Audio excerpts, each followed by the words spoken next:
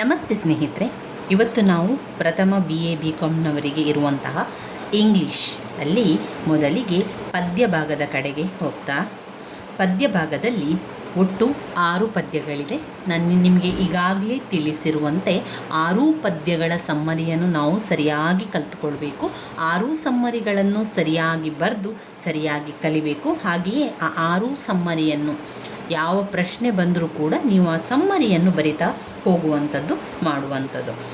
ಇಲ್ಲಿ ನಾನು ನಿಮಗೆ ಮೊದಲಿಗೆ ಈ ಸಾರಾಂಶವನ್ನು ಕನ್ನಡದಲ್ಲಿ ತಿಳಿಸ್ಕೊಡ್ತೇನೆ. ಅದಾದ ಮೇಲೆ ಇಂಗ್ಲೀಷ್ನಲ್ಲಿ ಬರೆದಿರುವಂತಹ ಸಮ್ಮರಿಯನ್ನು ಕೂಡ ಕೊಡ್ತೇನೆ. ಅದನ್ನು ನೋಡಿಕೊಂಡು ನೀವು ಬರ್ಕೊಳ್ಳಿ, ಅಥವಾ ಅದನ್ನು ನೀವು ಪ್ರಿಂಟ್ ಮಾಡಿ ಫೋಟೋ ತೆಗೆದು ಪ್ರಿಂಟ್ ಆದರೂ ಕೂಡ ಮಾಡಿಕೊಳ್ಬೋದು. ಇವಾಗ ಮೊದಲನೇದಾಗಿ not marble nor the gilded monuments ಅಂತ ಇದೆ. ಯೂನಿಟ್ 1ರಲ್ಲಿ 2 ಪದ್ಯ ಕೊಟ್ಟಿದ್ದಾರೆ, ಯೂನಿಟ್ 2ರಲ್ಲಿ 1, ಯೂನಿಟ್ 3ರಲ್ಲಿ 2 ಪದ್ಯ, ಹಾಗೆ ಯೂನಿಟ್ 4ರಲ್ಲಿ 1 ಪದ್ಯ ಇದೆ. ಮೊದಲಿಗೆ ನಾವು ಯೂನಿಟ್ 1ರಲ್ಲಿ ಬರುವಂತಹ not marble nor the gilded monuments ಅಂತ ಕೊಟ್ಟಿದ್ದಾರೆ. ಯಾರು ಬರೆದಿದ್ದಾರೆ? ವಿಲಿಯಂ ಶೇಕ್ಸ್ಪಿಯರ್ಸ್. ಇಲ್ಲಿ ನೀವು ನೆನಪಲ್ಲಿಡ್ಕೊಳ್ಬೇಕಾಗಿರುವಂಥದ್ದು ಸ್ನೇಹಿತರೆ, ಪದ್ಯದ ಹೆಸರನ್ನು ಸರಿಯಾಗಿ ಕಲಿತುಕೊಳ್ಳಿ, ಅದನ್ನು ಸ್ಪೆಲ್ಲಿಂಗ್ ಸಮೇತ ಸ್ಪೆಲ್ಲಿಂಗ್ ಸರಿಯಾಗಿ ಕಲಿಯಿರಿ. ಹಾಗೆ ಬರೆದಂಥ ಕವಿಯ ಹೆಸರನ್ನು ಕೂಡ ಸ್ಪೆಲ್ಲಿಂಗನ್ನು ಸರಿಯಾಗಿ ಕಲಿಯಿರಿ. WILLIAM William Shakespeare, SHAKESPEARE Shakespeare ಅಂತ. ಪದ್ಯದ ಹೆಸರು ಮತ್ತು ಪದ್ಯವನ್ನು ಬರೆದ ಲೇಖಕರ ಹೆಸರನ್ನು ಸರಿಯಾಗಿ ಕಲಿತುಕೊಳ್ಳಿ. ಬರೆದಾದರೂ ನೀವು ಅದನ್ನು ಸರಿಯಾಗಿ ಕಲಿತುಕೊಳ್ಳಿ. ಇಲ್ಲಿ 2 ಪದ್ಯವನ್ನು ಬರೆದವರು ವಿಲಿಯಂ ಶೇಕ್ಸ್ಪಿಯರ್ ಅವರು. Not marble nor the gilded monuments ಮತ್ತು let me not to the marriage of true minds ಎನ್ನುವಂಥ 2 ಪದ್ಯ. ವಿಲಿಯಂ ಶೇಕ್ಸ್ಪಿಯರ್ ಬರೆದಿರುವಂಥ ಈ 2 ಪದ್ಯ ಕೂಡ ಸೋನೆಟ್ ರೀತಿಯಲ್ಲಿದೆ. ಅದು ಒಂದು ಸೋನೆಟ್ ಆಗಿರುವಂಥ. ಸೋನೆಟ್ ಪದ್ಯ ಅಂದರೆ ಏನು ಅಂತ ನಿಮಗೆ ಪ್ರಶ್ನೆ ಬರ್ಬೋದು. ಸೋನೆಟ್ಟಿಂದಲೂ ಕೂಡ ಪ್ರಶ್ನೆ ಕೇಳ್ತಾರೆ, ಅದನ್ನು ಕೂಡ ನಿಮಗೆ ತಿಳಿಸ್ಕೊಡ್ತೇನೆ. 14 ಸಾಲುಗಳು ಉಳ್ಳಂತಹ ಪದ್ಯವನ್ನೇ ನಾವು ಸೋನೆಟ್ ಅಂತ ಕರೆಯುವಂಥದ್ದು. ನೋಡಿ, ಮೊದಲಿಗೆ ವಿಲಿಯಂ ಶೇಕ್ಸ್ಪಿಯರ್ ಬರೆದಿರುವಂತಹ ಈ ಒಂದು ಪದ್ಯ not marble nor the gilded monuments. ಇದರಲ್ಲಿ ನೋಡಿ 14 ಸಾಲುಗಳಿದೆ. ಯಾವಾಗ ಒಂದು ಪದ್ಯ 14 ಸಾಲುಗಳಲ್ಲಿ ಇರ್ತದೋ ಅದನ್ನು ನಾವು ಸೋನೆಟ್ ಅಂತ ಕರೆಯುವಂಥದ್ದು. ಅದನ್ನು ಮಾಡಿದವರು ವಿಲಿಯಂ ಶೇಕ್ಸ್ಪಿಯರ್ ಅವರು. ವಿಲಿಯಂ ಶೇಕ್ಸ್ಪಿಯರ್ ಅವರು ಸೋನೆಟ್ಟನ್ನು ತಿಳಿಸಿದವರು ಅವರು.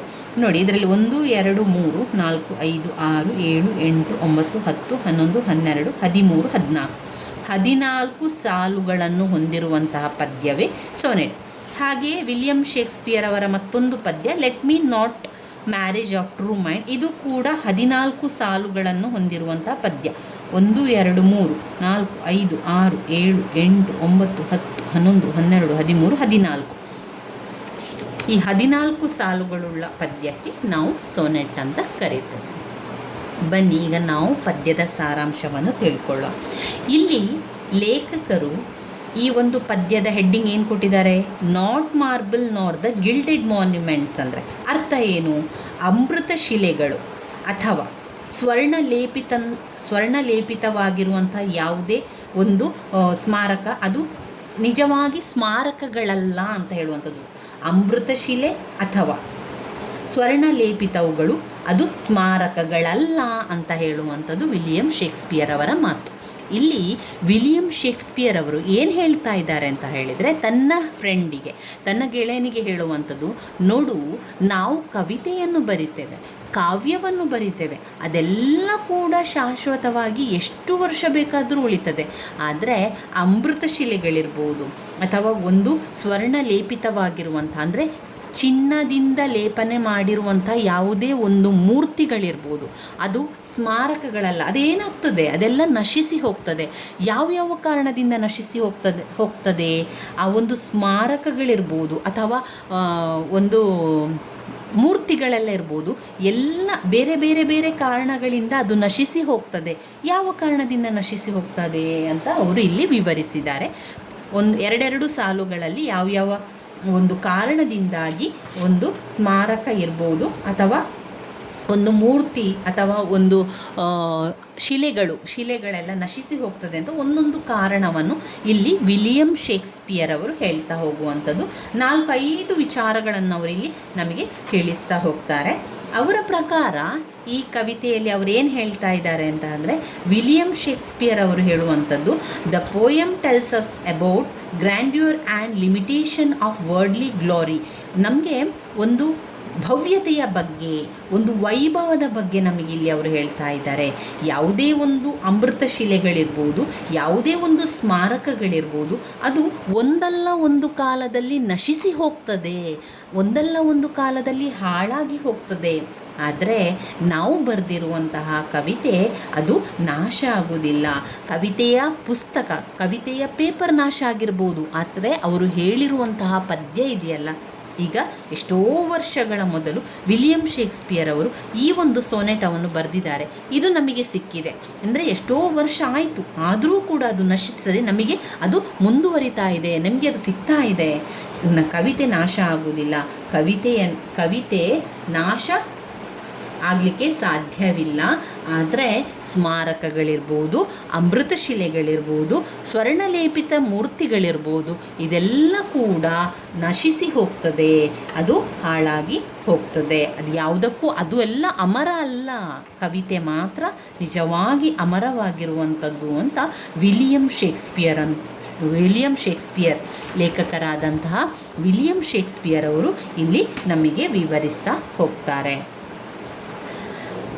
ಈಗ ಒಂದು ಮೂರ್ತಿ, ಸ್ವರ್ಣಲೇಪಿತ ಮೂರ್ತಿ ಇರ್ಬೋದು, ಅಥವಾ ಅಮೃತ ಶಿಲೆಗಳಿರ್ಬೋದು, ಅಥವಾ ಯಾವುದೋ ಒಂದು ಸ್ಮಾರಕಗಳು ಅಂತ ಇಟ್ಕೊಳ್ಳಿ. ಆ ಒಂದು ಮೂರ್ತಿಗಳೇನಾಗ್ತದೆ, ಮಳೆ ಬರ್ತದೆ, ಜೋರು ಮಳೆ ಬರ್ತದೆ, ಗಾಳಿ ಬರ್ತದೆ, ಆ ಒಂದು ಕಾರಣದಲ್ಲಿ ನಾಶ ಆಗಿ ಹೋಗ್ತದೆ. ಜೋರು ಮಳೆಯಿಂದಾಗಿ ಮೂರ್ತಿಗಳು ನಾಶ ಆಗುವಂಥದ್ದು, ಗಾಳಿಗಳಿಂದಾಗಿ ಸ್ಮಾರಕಗಳೆಲ್ಲ ಕೆಲವೊಮ್ಮೆ ಒಡೆದು ಹೋಗುವಂಥದ್ದು, ನಾಶ ಆಗಿ ಹೋಗ್ತದೆ. ಆದರೆ ನಾವು ಬರೆದಿರುವಂತಹ ಈ ಪದ್ಯಗಳು, ಕವಿತೆಗಳು, ಸಾಹಿತ್ಯಗಳು ನಾಶ ಆಗುವುದಿಲ್ಲ. ಇಲ್ಲಿ ವಿಲಿಯಂ ಶೇಕ್ಸ್ಪಿಯರ್ ಅವರು ತಮ್ಮ ಗೆಳೆಯನಿಗೆ ಈ ಮಾತನ್ನು ಹೇಳ್ತಾ ಇದ್ದಾರೆ, ಗೆಳೆಯನಿಗೆ ಅರ್ಥ ಮಾಡಿಸ್ತಾ ಇದ್ದಾನೆ. ವಿಲಿಯಂ ಶೇಕ್ಸ್ಪಿಯರ್ ಅವರು ತಮ್ಮ ಗೆಳೆಯನಿಗೆ ಎಲ್ಲವನ್ನು ಹೇಳಿ ಅರ್ಥ ಮಾಡಿಸುವಂಥದ್ದು. ಅರಮನೆ, ಮೂರ್ತಿಗಳು ನಾಶ ಆಗ್ತದೆ. ಯುದ್ಧ ಏನು ಮಾಡ್ತದೆ? ಲೇಖಕರು ಹೇಳ್ತಾರೆ, ನೋಡು, ವಿಲಿಯಂ ಶೇಕ್ಸ್ಪಿಯರ್ ಅವರು ತನ್ನ ಗೆಳೆಯನಿಗೆ ಹೇಳ್ತಾ ಇದ್ದಾರೆ, ನೋಡು, ಆಗಿನ ಕಾಲದಲ್ಲಿ ಆಗೆಲ್ಲ ತುಂಬಾ ಯುದ್ಧ ಆಗ್ತಾ ಇತ್ತು. ಈ ಯುದ್ಧ ಯಾಕೆ ಎಲ್ಲ ನಾಶ ಮಾಡಿ ಹಾಕ್ತದೆ? ಈ ಯುದ್ಧದಿಂದ ಅನೇಕ ಸಾವು ನೋವುಗಳು ಉಂಟಾಗ್ತದೆ. ಈ ಯುದ್ಧದಿಂದ ಸ್ಮಾರಕಗಳು, ಅಮೃತ ಶಿಲೆಗಳು ಎಲ್ಲವೂ ಕೂಡ ಹಾಳಾಗಿ ಹೋಗ್ತದೆ. ಯುದ್ಧ ನಿಜವಾಗಿಯೂ ಕೂಡ ವೇಸ್ಟ್. ಅದನ್ನು ಮಾಡಿದರೆ ಏನೂ ಪ್ರಯೋಜನ ಇಲ್ಲ. ಯುದ್ಧದಿಂದ ಅನೇಕ ಜನರು ಸತ್ತು ಹೋಗ್ತಾರೆ, ಅನೇಕ ಸ್ಮಾರಕಗಳು ನಾಶ ಆಗ್ತದೆ.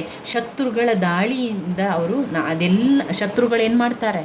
ಯುದ್ಧ ಮಾಡುವಾಗ ನಮ್ಮ ಶತ್ರುಗಳು ನಮ್ಮ ಎಲ್ಲ ವಸ್ತುಗಳನ್ನು ನಾಶ ಮಾಡಿ ಹಾಕ್ತಾರೆ. ಆದರೆ ನಮ್ಮ ಕವಿತೆಯನ್ನು, ಪದ್ಯವನ್ನು ಅಳಿಸಲಿಕ್ಕೆ ಸಾಧ್ಯ ಇಲ್ಲ, ಅದನ್ನು ನಾಶ ಮಾಡಲಿಕ್ಕೆ ಸಾಧ್ಯ ಇಲ್ಲ. ಯುದ್ಧದಿಂದ ಸ್ಮಾರಕಗಳಿರ್ಬೋದು, ಅಮೃತ ಶಿಲೆಗಳು ಎಲ್ಲವನ್ನೂ ಕೂಡ ಹಾಳು ಮಾಡಲಿಕ್ಕೆ ಸಾಧ್ಯ. ಆದರೆ ಲೇಖಕರು ವಿಲಿಯಂ ಶೇಕ್ಸ್ಪಿಯರ್ ಹೇಳ್ತಾ ಇದ್ದಾರೆ, ವಿಲಿಯಂ ಶೇಕ್ಸ್ಪಿಯರ್ ಅವರ ಕವಿತೆಯನ್ನು ಹಾಳು ಮಾಡಲಿಕ್ಕೆ ಸಾಧ್ಯ ಇಲ್ಲ ಅಂತ ಗೆಳೆಯನಿಗೆ ಹೇಳುವಂತಹ ಮಾತುಗಳು. ಇನ್ನು ಲೇಖಕರಾದಂಥ ವಿಲಿಯಂ ಶೇಕ್ಸ್ಪಿಯರ್ ಅವರು ಹೇಳ್ತಾ ಇದ್ದಾರೆ, ರಾಜ ಅವನ ರಾಜ್ಯವನ್ನು ಆಳ್ತಾ ಇದ್ದಾನೆ. ರಾಜನ ಖಡ್ಗ ಕೂಡ ಏನು ಮಾಡ್ತದೆ? ರಾಜನ ಖಡ್ಗ ಕೂಡ ಕವಿತೆಯನ್ನು ನಾಶ ಮಾಡಲಿಕ್ಕೆ ಸಾಧ್ಯ ಇಲ್ಲ. ವಿಲಿಯಂ ಶೇಕ್ಸ್ಪಿಯರ್ ಬರೆದಿರುವಂತಹ ಕವಿತೆಯನ್ನು ಅಥವಾ ಯಾವುದೇ ಲೇಖಕರು ಬರೆದಿರುವಂಥ ಕವಿತೆಯನ್ನು ರಾಜರುಗಳ ಖಡ್ಗಗಳಿಂದ ಅಳಿಸಲು ಸಾಧ್ಯ ಇಲ್ಲ. ಖಡ್ಗದಿಂದ ಅದನ್ನು ನಾಶ ಮಾಡಲಿಕ್ಕೆ ಖಂಡಿತವೂ ಸಾಧ್ಯವಿಲ್ಲ. ಯಾವ ಬೆಂಕಿ ಕೂಡ ನಾಶ ಮಾಡಲಿಕ್ಕೆ ಸಾಧ್ಯ ಇಲ್ಲ, ಖಡ್ಗದಿಂದ ಕೂಡ ನಾಶ ಮಾಡಲಿಕ್ಕೆ ಸಾಧ್ಯ ಇಲ್ಲ. ಅಷ್ಟೇ ಅಲ್ಲದೆ ಯಾವುದೇ ಬೆಂಕಿ, ಬಿರುಗಾಳಿಯಿಂದಲೂ ಕೂಡ ಕವಿತೆಯನ್ನು ನಾಶ ಮಾಡಲಿಕ್ಕೆ ಸಾಧ್ಯ ಇಲ್ಲ.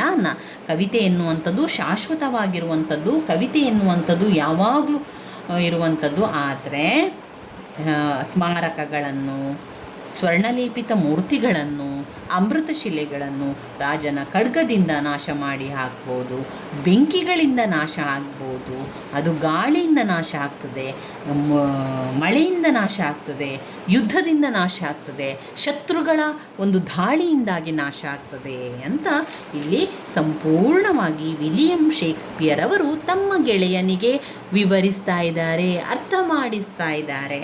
ಇವಾಗ ಈ ಪದ್ಯದ ಅರ್ಥ ನಿಮಗೆ ಗೊತ್ತಾಯಿತು ಅಂತ ಅಂದ್ಕೊಂಡಿದ್ದೇನೆ. ಒಟ್ಟಿನಲ್ಲಿ ವಿಲಿಯಂ ಶೇಕ್ಸ್ಪಿಯರ್ ಅವರು ತಮ್ಮ ಗೆಳೆಯನಿಗೆ ಈ ಒಂದು ವಿಚಾರವನ್ನು ವಿವರಿಸ್ತಾ ಇದ್ದಾರೆ. ನೋಡು, ನಾವು ಬರೆದಿರುವಂಥ ಕವಿತೆ ಯಾವತ್ತೂ ನಾಶ ಆಗೋದಿಲ್ಲ. ನಾವು ಬರೆದಿರುವಂತಹ ಕವಿತೆ ಮಳೆಯಿಂದ ನಾಶ ಆಗೋದಿಲ್ಲ, ಗಾಳಿಯಿಂದ ನಾಶ ಆಗೋದಿಲ್ಲ, ಬೆಂಕಿಯಿಂದ ನಾಶ ಆಗುವುದಿಲ್ಲ, ರಾಜನ ಖಡ್ಗದಿಂದ ನಾಶ ಆಗುವುದಿಲ್ಲ, ಹಾಗೆ ಯುದ್ಧದಿಂದ ನಾಶ ಆಗುವುದಿಲ್ಲ, ಶತ್ರುಗಳ ದಾಳಿಯಿಂದ ನಾಶ ಆಗುವುದಿಲ್ಲ. ಯಾವ ತೊಂದರೆಯಿಂದ ಕೂಡ ನಮ್ಮ ಕವಿತೆ, ನಮ್ಮ ಸಾಹಿತ್ಯ, ನಮ್ಮ ಪದ್ಯ, ನಮ್ಮ ಒಂದು ಸಾಹಿತ್ಯಗಳು ಇದೆಲ್ಲ ಕೂಡ ನಾಶ ಆಗಲಿಕ್ಕೆ ಎಂದಿಗೂ ಸಾಧ್ಯ ಇಲ್ಲ.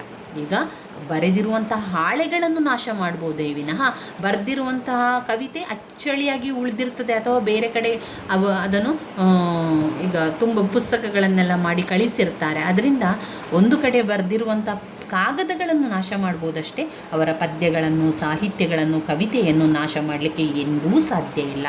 ಆದರೆ ವಿಲಿಯಂ ಶೇಕ್ಸ್ಪಿಯರ್ ಅವರು ಪದೇ ಪದೇ ಲೇಖಕರು ತಮ್ಮ ಗೆಳೆಯರಿಗೆ ಹೇಳ್ತಾ ಇದ್ದಾರೆ, ಸ್ವರ್ಣಲೇಪಿತವಾದಂತಹ, ಚಿನ್ನದ ಲೇಪಿತವಾದಂತಹ ಮೂರ್ತಿಗಳನ್ನು ನಾಶ ಮಾಡ್ಬೋದು, ಅಮೃತಶಿಲೆಗಳನ್ನು ನಾಶ ಮಾಡ್ಬೋದು, ಸ್ಮಾರಕಗಳನ್ನು, ಗಿಲ್ಡೆಡ್ ಸ್ಮಾರಕಗಳನ್ನು ನಾಶ ಮಾಡ್ಬೋದು, ಆದರೆ ಕವಿತೆಯನ್ನು ನಾಶ ಮಾಡಲಿಕ್ಕೆ ಯಾರಿಂದಲೂ ಸಾಧ್ಯ ಇಲ್ಲ. ಇವಿಷ್ಟು ಈ ಒಂದು ಪದ್ಯದಲ್ಲಿ ಬರುವಂತಹ ಸಾರಾಂಶ. ಬನ್ನಿ ಇನ್ನು ಇಂಗ್ಲೀಷ್ನಲ್ಲಿರುವಂತಹ ಸಾರಾಂಶವನ್ನು ನೋಡಿಕೊಳ್ಳಿ.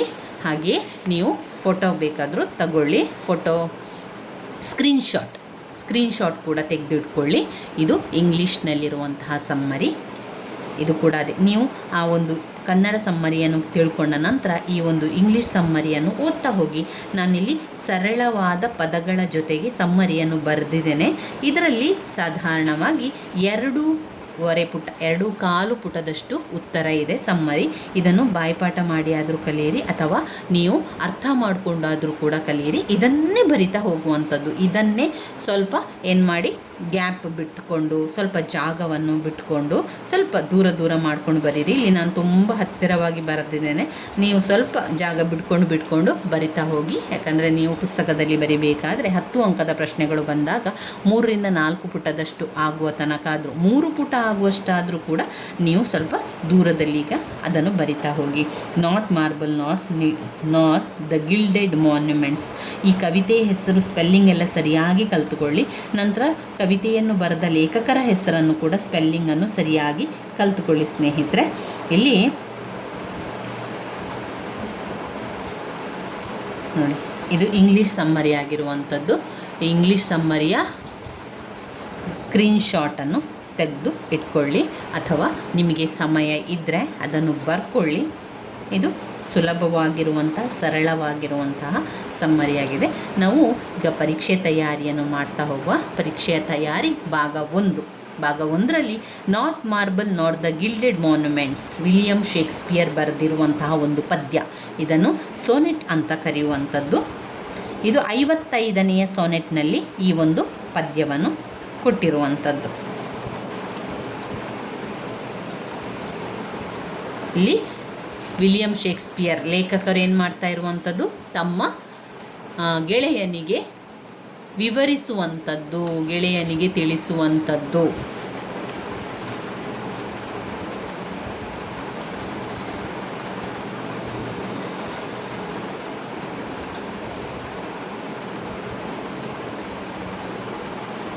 ಇದನ್ನು ನೀವೇ ಓದ್ಕೊಳ್ಳಿ, ಯಾಕಂದರೆ ನನಗೆ ಅದನ್ನು ಅಷ್ಟಾಗಿ ಚೆನ್ನಾಗಿ ವಿವರಿಸಲಿಕ್ಕೆ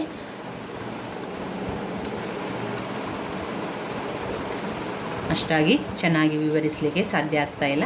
ನೀವು ಅದನ್ನು ನೋಡಿಕೊಂಡು ಓದ್ಕೊಳ್ಳಿ. ನಿಮಗೆ ಹೇಗೆ ಬೇಕೋ ಹಾಗೆ ಅದನ್ನು ಅರ್ಥ ಮಾಡಿಕೊಂಡು, ಹೇಗೆ ಬೇಕೋ ಹಾಗೆ ಅದನ್ನು ಬಾಯಿಪಾಠ ಮಾಡಿಕೊಂಡಾದರೂ ಕಲೀರಿ ಸ್ನೇಹಿತರೆ. ನಿಮಗೆ ಇದನ್ನು ನಾನು ಶಾರ್ಟ್ಸಲ್ಲಿ ಕೂಡ ಒಮ್ಮೆ ಹಾಕಿರ್ತೇನೆ, ಅಥವಾ ಅಷ್ಟೇ ಅಲ್ಲದೆ ಅದನ್ನು ಪ್ಲೇಲಿಸ್ಟಲ್ಲಿ ಕೂಡ ಇದನ್ನು ಸೇರಿಸಿರ್ತೇನೆ. ಅದನ್ನು ಕೂಡ ನೋಡಿಕೊಳ್ಳಿ. ನೀವು ಸಮಯ ಇದ್ದರೆ ಇಲ್ಲೇ ಇದನ್ನು ಪಾಸ್ ಮಾಡಿಕೊಂಡಾದರೂ ಕೂಡ ಬರ್ಕೊಳ್ಳಿ.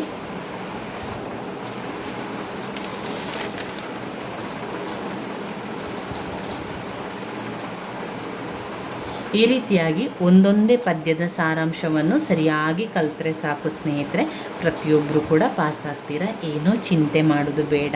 ಸಮ್ಮರಿಯನ್ನು ಕಲೀರಿ, ಸರಿಯಾಗಿ ಸಮ್ಮರಿಯನ್ನು ಕಲೀರಿ. ನೋಡಿ, ಈಗ ಈ ಒಂದು ಪದ್ಯದಿಂದ not marble nor the gilded ಮಾನ್ಯುಮೆಂಟ್ಸಿಂದ ಅವರು ಪ್ರಶ್ನೆಗಳನ್ನು ಕೇಳ್ತಾರೆ. ಆ ಪ್ರಶ್ನೆಗಳು ಯಾವ ರೀತಿ ಇರ್ತದೆ ಅಂತ ಆ ಒಂದು ಪದ್ಯ ಓದಿದ ತಕ್ಷಣ ಅಥವಾ ಅಲ್ಲಿ ಅವರು ಕೊಟ್ಟಿರ್ತಾರೆ, ಅವರೇನು ಹೇಳ್ತಾರೆ ಅಂದರೆ, ವಿಲಿಯಂ ಶೇಕ್ಸ್ಪಿಯರ್ ಅವರು ಬರೆದಿರುವಂತಹ not marble nor the gilded ಮಾನ್ಯುಮೆಂಟ್ಸಲ್ಲಿ ಏನಾಯಿತು, ಅವನು ತನ್ನ ಗೆಳೆಯನಿಗೆ ಯಾವ ರೀತಿ ವಿವರಿಸ್ತಾ ಇದ್ದಾರೆ ಅಂತ ಪ್ರಶ್ನೆಗಳು ಬರ್ತದೆ.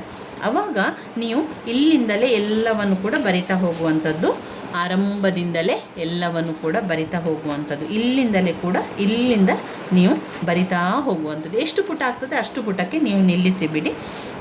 ಎಷ್ಟು ನೋಡಿಕೊಂಡು ಅದನ್ನು ಸ್ವಲ್ಪ ಗ್ಯಾಪ್ ಬಿಟ್ಕೊಂಡು ಬರೀರಿ. ಆದಷ್ಟು ಒಂದು 3 ಪೇಜ್ನಷ್ಟವಾದರೂ ಕೂಡ ಕವರ್ ಮಾಡಿಕೊಳ್ಳಿಕ್ಕೆ ಆ ರೀತಿ ಮಾಡಿಕೊಳ್ಳಿ. ಇದು ನೀವು ಸ್ಕಿಪ್ ಮಾಡಬೇಡಿ. ಬೇರೆ ಇಂಪಾರ್ಟೆಂಟ್ ಆಗಿರುವಂಥ ಪದ್ಯದಲ್ಲಿರುವಂಥ 6 ಪದ್ಯವು ಕೂಡ ತುಂಬಾ ಮುಖ್ಯವಾಗಿರುವಂಥ ಪದ್ಯ ಆಗಿದೆ. ಈ 6 ಪದ್ಯವನ್ನು ಸ್ಕಿಪ್ ಮಾಡಬೇಡಿ ಸ್ನೇಹಿತರೆ, ಆವಾಗ ನಮಗೆ ಇಂಗ್ಲೀಷ್ ಕಷ್ಟ ಅಂತ ಅನ್ನಿಸೋದಿಲ್ಲ. ಹಾಗೆ ಜೊತೆಯಲ್ಲಿ ಇನ್ನು ನೆಕ್ಸ್ಟ್ ಬರುವಂಥ ವಿಡಿಯೋಗಳಲ್ಲಿ ಗ್ರಾಮರಲ್ಲಿ ಸುಲಭವಾಗಿ ಅರ್ಥ ಮಾಡ್ಕೊಳ್ಬೇಕಾಗಿರುವಂತಹ ಗ್ರಾಮರ್ ಅಥವಾ ನೀವು ಸ್ವಲ್ಪ ಓದಬೇಕಾಗಿರುವಂಥ ಗ್ರಾಮರ್ಗಳ ಬಗ್ಗೆ ಕೂಡ ನಾನು ನಿಮಗೆ ತಿಳಿಸ್ಕೊಡ್ತೇನೆ. ಸಮ್ಮರಿ, ನೀವು ಮುಖ್ಯವಾಗಿ ಸಮ್ಮರಿಯನ್ನೇ ಕಲಿಬೇಕು. ನೀವು ಈ ರೀತಿಯ ಒಂದು ಪಾಯಿಂಟ್ಸ್ ಬುಕ್ಕನ್ನು ಮಾಡಿಕೊಳ್ಳಿ. ರಫ್ ಬುಕ್ ಅಥವಾ ಯಾವುದೇ ಒಂದು ಪಾಯಿಂಟ್ಸ್ ಬುಕ್ಕಲ್ಲಿ ಈ ರೀತಿ ಎಲ್ಲ ಬರ್ಕೊಳ್ಳಿ. ಬರೆದ ನಂತರ ಅದನ್ನೇ ಕಲಿತಾ ಇರಿ. ಹಾಗೆ ಅದರ ಜೊತೆಗೆ ನೀವು ಪರೀಕ್ಷೆ ಹಿಂದಿನ ದಿವಸ ಇದನ್ನು ಮಾತ್ರ ಓದಿದರೆ ಸಾಕು. ನೋಡಿ, ಇದನ್ನು ಮಾತ್ರ ಓದಿದರೆ ಸಾಕು. ಹಾಗೆ ಇಲ್ಲಿ ಅವರು ಯಾವ ಪ್ರಶ್ನೆಗಳನ್ನು ಕೇಳಿದ್ದಾರೆ ಅಂತ ನೋಡ್ಕೊಳ್ಳುವೊಮ್ಮೆ ಅವರು ನೋಡಿ, ಇಲ್ಲಿ ಅನಾಲಿಸಿಸ್ ಕೊಟ್ಟಿದ್ದಾರೆ. ವಿಲಿಯಂ ಶೇಕ್ಸ್ಪಿಯರ್ ಏನೆಲ್ಲ ಹೇಳಿದ್ದಾರೆ, ಅನಾಲಿಸಿಸ್ ಅದುವೇ ಆಗಿರ್ತದೆ. ಅಂದರೆ ಸಮ್ಮರಿ ಸ್ವಲ್ಪ ಅಲ್ಲಿ ಕೊಟ್ಟಿರ್ತಾರೆ. ನೋಡಿ, ಇಲ್ಲಿ ಬಂದಿರುವಂತಹ ಪ್ರಶ್ನೆ ನೋಡಿ, ವಾಟ್ ಈಸ್ ಸೋನೆಟ್ ಅಂತ ಕೇಳಿದ್ದಾರೆ. ಅದನ್ನು ಕೂಡ ಪ್ರಶ್ನೆ ಪತ್ರಿಕೆಯಲ್ಲಿ ಹಲವು ಬಾರಿ ಕೇಳಿದ್ದಾರೆ. ಅದನ್ನು ಕೂಡ ನಿಮಗೆ ನಾನು ತಿಳಿಸ್ಕೊಡ್ತೇನೆ. ಮುಂದಿನ ವಿಡಿಯೋದಲ್ಲಿ ಸೋನೆಟ್ನ ಬಗ್ಗೆ ಕೂಡ ತಿಳಿಸ್ಕೊಡ್ತೇನೆ. ಇಲ್ಲಿ ಅವರು ಲೈನನ್ನು ನೋಡ್ಕೊಳ್ಳಿ. ಆದಷ್ಟು ಅವರೇನು ಮಾಡ್ತಾರೆ, ಲೇಖಕರ ಹೆಸರನ್ನು ಕೊಡ್ತಾರೆ, ಅದರ ಜೊತೆಗೆ ನಿಮ್ಮ ಪದ್ಯದ ಸ್ವಲ್ಪ ಸಾಲುಗಳನ್ನು ಕೂಡ ಕೊಡ್ತಾರೆ. ಆವಾಗ ನಮಗೆ ಗೊತ್ತಾಗಬೇಕು ಇದು ವಿಲಿಯಂ ಶೇಕ್ಸ್ಪಿಯರ್ ಅವರು ಬರೆದಿರುವಂತಹ ಲೆಟ್ ಮೀ ನಾಟ್ ಟು ಅದಲ್ಲ, ನೀವು ಯಾವುದು ಅಂತ ನಿಮಗೆ ಆಗ ಗೊತ್ತಾಗ್ತದೆ. Not marble nor the gilded monuments, William Shakespeare ಅವರ ಗಿಲ್ಡೆಡ್ ಮಾನ್ಯುಮೆಂಟ್ಸಲ್ಲಿ ಯಾವ ರೀತಿ ಎಕ್ಸ್ಪ್ಲೇನ್ ಮಾಡಿದ್ದಾರೆ, ಯಾವ ರೀತಿ ಅಲ್ಲಿ ಅದನ್ನು ವ್ಯಕ್ತಪಡಿಸ್ತಾರೆ ಅಂತೆಲ್ಲ ಪ್ರಶ್ನೆಗಳು ಬರ್ತದೆ. ನೀವು ಆ ಪ್ರಶ್ನೆಯನ್ನು ನೋಡಿ ಕನ್ಫ್ಯೂಸ್ ಆಗಬೇಡಿ. ನಿಮಗೆ ಅದು ವಿಲಿಯಂ ಶೇಕ್ಸ್ಪಿಯರ್ ಅವರು ಬರೆದಿರುವಂತಹ ಪದ್ಯ ಅಂತ ಗೊತ್ತಾದರೆ, ವಿಲಿಯಂ ಶೇಕ್ಸ್ಪಿಯರ್ ಅವರು 2 ಪದ್ಯವನ್ನು ಬರೆದಿರುವಂಥದ್ದು ಈ ಒಂದು ಫಸ್ಟ್ ಇಯರ್ BA ಇಂಗ್ಲೀಷ್ನಲ್ಲಿ. ಒಂದು not marble not the gilded monuments, ಮತ್ತೊಂದು let me not to the marriage of true mind. William Shakespeare ಅವರು ಬರೆದಿರುವಂಥದ್ದು ಇದೆರಡೇ ಪದ್ಯ. ವಿಲಿಯಂ ಶೇಕ್ಸ್ಪಿಯರ್ ಬರೆದಿರುವಂಥ ಮ್ಯಾರೇಜ್, ಟ್ರೂ ಮೈಂಡ್ ಎಲ್ಲ ಬಂದರೆ ಅದು 2ನೇ ಪದ್ಯ.